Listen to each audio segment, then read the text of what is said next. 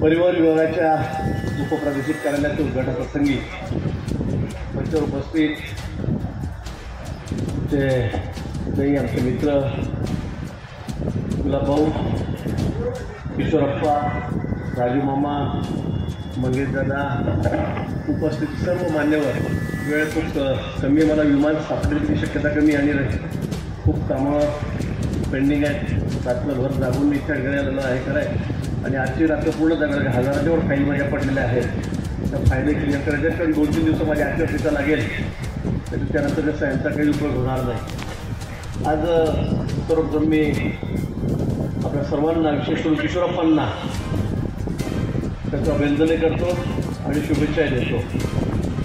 आज भडगावसारख्या ठिकाणी मंगेशदारांनी खरं सांगितलं, राज्यामध्ये हा विक्रम आहे. 3 कार्यालय आहे, प्रादेशिक कार्यालय, 2 उपप्रादेशिक कार्यालय आहेत. हा महाराष्ट्रामध्ये विक्रम आहे. आणि खरं त्यापेक्षा विक्रम मोठा असा आहे की इथे 2-2 मंत्री कॅबिनेट आहे. गुलाबभाऊ आणि मी. आपल्या तालुक्यात नाही आहे. तिसरे मंत्री तर नवीन आले आपल्यामध्ये, त्यांच्या तालुक्यात पण नाही आहे. आणि या दोघांनीच आपला गेम करून टाकला. आता आमच्या मतदारसंघातही आपण म्हणायला लागले आपल्याकडे कामं नाही. आता उद्या मी मुख्यमंत्री पदाला भेटणार आहे. तुम्हाला पाहिजे असेल तुम्ही करा गुलाबभाऊ, आपण सोबतच भेटू. आता आमचे लोक भडगाव केंद्रामध्ये अंतर किती आहे? 35 किलोमीटर. आमचं जळगाव रामदेवबाग 36 किलोमीटर आहे. म्हणून आमच्याकडे आता हा मागणी जोर व्हायला लागली आहे. आता आम्ही तुमच्या उपोषण करू, बंद ठेवू. बंद ठेवलं तर मला माहिती, मी मुंबईला होतो, मला काही माहिती कुठे एक दिवस बंद ठेवलं होतं. पण पाठपुरावा केल्यानंतर लोकप्रतिनिधी जर मजबूत असेल तर काय होऊ शकतं, तसं मंगेशदारांनी सांगितलं. खरं अतिशय मूर्तिमंत उदाहरण आपल्यासमोर या ठिकाणी. असं कधी झालं नाही. 13 वर्षानंतर एक तर हे पूर्ण कार्यालय उघडलं, 13 वर्षानंतर. आणि त्यातही एक उघडल्यावर लगेच 8 दिवसामध्ये दुसरं, म्हणजे हा विक्रम म्हणावा लागेल. आणि मुख्यमंत्री महोदय, उपमुख्यमंत्री दोघांनी त्याला सरळ परवानगी दिली. जाऊ द्या, एक उघडलं दुसरंही होऊन टाका. म्हणजे असं कधी झालेलं नाही आतापर्यंत, आणि होणारही नाही मला असं वाटतं. ते आपण या ठिकाणी करून दाखवलं आहे. आणि म्हणून मनापासून आपल्याला या ठिकाणी मी शुभेच्छा देतो. खूप बोलायचं आहे. चाळीसगावला खूप फटकेबाजी आमची झाली. आता मी ते परत बोलत या ठिकाणी करणार नाही.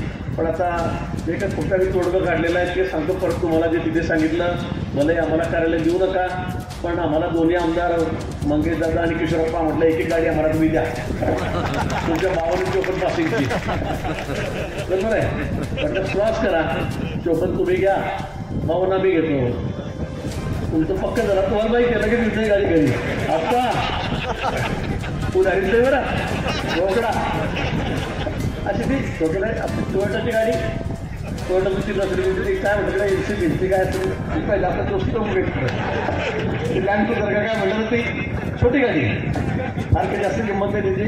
तर काय तर वयामध्ये आम्हाला दणके बसतात. सस्पेन्शन चांगलं पाहिजे गाडीचं, मजबूत पाहिजे, खूप फिरावं लागतं, प्रवास करून तुला भाऊ आपल्याला. त्याच्यामुळे लँड सुद्धा 3.5 कोटीची आहे की जास्त किंमत नाही.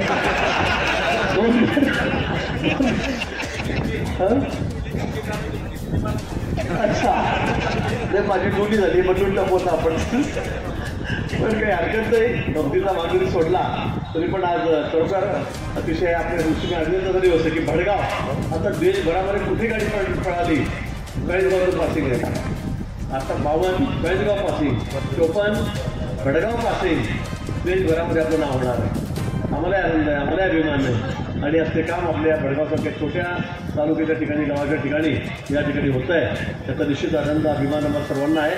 पण निश्चित आपल्या लोकप्रतिनिधीमुळे त्यांनी जो पाठपुरावा केला, त्यांनी जो आग्रह धरला, किशोरप्पा किती अग्रेसिव्ह होते त्याची कल्पना मलाही आहे. आणि ते प्रत्येक कामात अग्रेसिव्ह असतात. काही काही ठिकाणी विनाकारण आग्रह धरतात याची मला कल्पना आहे, तुम्हालाही आहे. त्यामुळे त्यांच्या आग्रहामुळे या ठिकाणी करायला. पण मंगेशदादा फार कठीण केस आहे आमची. पण त्यांनी पहिला भडगावकरी जनता पक्षाने होणारच नाही आणि म्हणून गुपचूप कुस्तीच्या मार्गाने गेले, भुयारी मार्गाने, आणि मुख्यमंत्र्यांची सही करून एका दिवसात 2 दिवसात सगळं करून मंजुरी घेऊन म्हणजे त्यांनी आज पासिंग सुद्धा करून टाकल्या. 250-200 गाड्या उभ्या आहेत तरी सगळ्यात, ट्रॅक्टर उभे आहेत, मोटरसायकल उभे आहेत, कारला सुद्धा पासिंग देऊन टाकलं, नंबर देऊन टाकला, त्यांनी सगळं उरकून टाकलेलं आहे. म्हणजे किती हुशार आमदार आहेत ते बघा तुम्ही. कसं त्यांना ती भरक लागलेली होती की भडगावला होतं आहे, पण एकदा भडगावला झालं तर आधी पूर्ण घेत होतं, बऱ्याच दिवसापासून पेंडिंग होतं. हे जर झालं तर चॉईसगावला होणार नाही, पण चॉईसगावला झाल्याबरोबर किशोरप्पा सुद्धा वस्ताद निघाले. असं कधी होणार नव्हतं, ते पुन्हा त्यांनी त्या करून दाखवलं. म्हणून दोन्ही आमदारांचं मनापासून मी या ठिकाणी अभिनंदन करतो. आपल्याला मनापासून या ठिकाणी सर्वांना शुभेच्छा देतो. मला विमान मिळणार नाही, रात्री खूप कामं आहेत, आपलं मन लागायचं आहे, त्यामुळे जास्त वेळ मी आपल्या या ठिकाणी घेणार नाही. मला नाही तर मग विमानही मिळणार नाही. आणि मग गुलाबभाऊ, तुम्ही सगळेजण, राजू मामा आहेत, अप्पा आहेत, स्मिताताई या ठिकाणी आहेत, सगळे आहेत. तुम्ही आता उद्घाटन करा, भाषणही करा, पण आमच्या मागे आमच्याबद्दल चांगलं बोला. नाही तर चला आम्ही निघून गेलो करा फटकेबाजी, भाजपवाले हुशार आहे, हे लबाड आहे,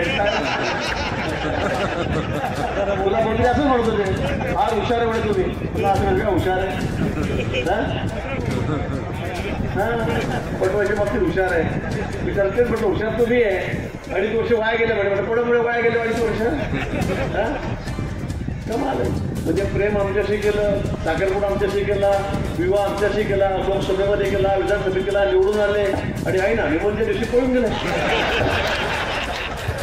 राहुल गांधी चांगला आहे, शरद पवार चांगले, आणि मग तिकडे आम्ही बसलो बोललो तिकडे. आणि तरी म्हणता भाजपावाले हुशार आहे, चतुर आहे, ते बरोबर नाही असं. आणि म्हणून तुम्ही रेकॉर्ड करून घ्या, मला ऐकवायचं काय म्हणतात काय नेहमीचं पोहोचते तोपर्यंत मी ऐकेल आणि पुढच्या सगळ्यांच्या वेळेला तुम्हाला मी उत्तर देईल. पण निश्चित आमच्याबद्दल चांगलं बोला, कारण समोर बोलावं, पाठीमागे बोलून जायचं तेव्हा. हा साधा समाजशास्त्राचा नियम आहे. गुलाबभाऊ, मागे वाईट बोलायचं नसतं कधी, जे बोलायचं तोंडावर बोलायचं असतं. हा जास्त वेळ आपला घेत नाही. पुन्हा आपल्याला RTO भागाला साहेब या ठिकाणी आहेत, सगळे अधिकारी त्यांचे आहेत, कर्मचारी त्यांचे आहेत, त्यांना आपल्या सर्वांना मनापासून या ठिकाणी शुभेच्छा देतो आणि थांबतो. जय हिंद, जय महाराष्ट्र.